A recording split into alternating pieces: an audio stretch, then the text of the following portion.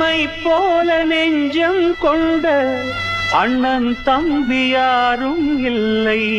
தன்னை போல என்னை எண்ணும் நீயும் நானும் ஓர் தாய் பிள்ளை. தம்பி உந்தன் உள்ளம் தானே அண்ணன் என்று வாழும் இல்லை. ஒன்றாய் காணும் வானம் என்றும் இரண்டாய் மாற